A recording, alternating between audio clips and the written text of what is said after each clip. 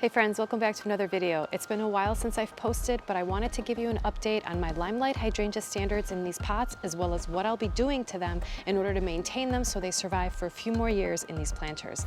My name is Lena and this is Life on Green Acres.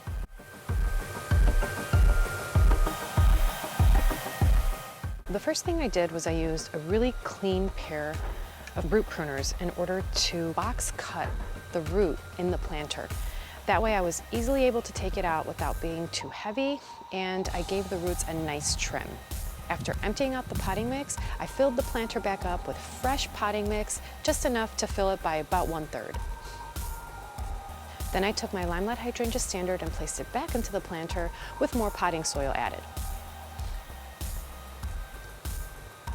Once the tree was nice and snug in the potting soil in the planter and looked happy, I made sure everything was evened out and went ahead and really cut down the shrub.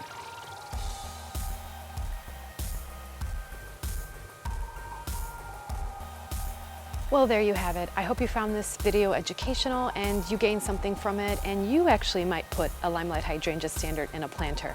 As long as you're in a zone 5 or higher, you'll be able to keep them in the planters and they won't freeze over. Thanks again for watching. I'm Lena and this is Life on Green Acres.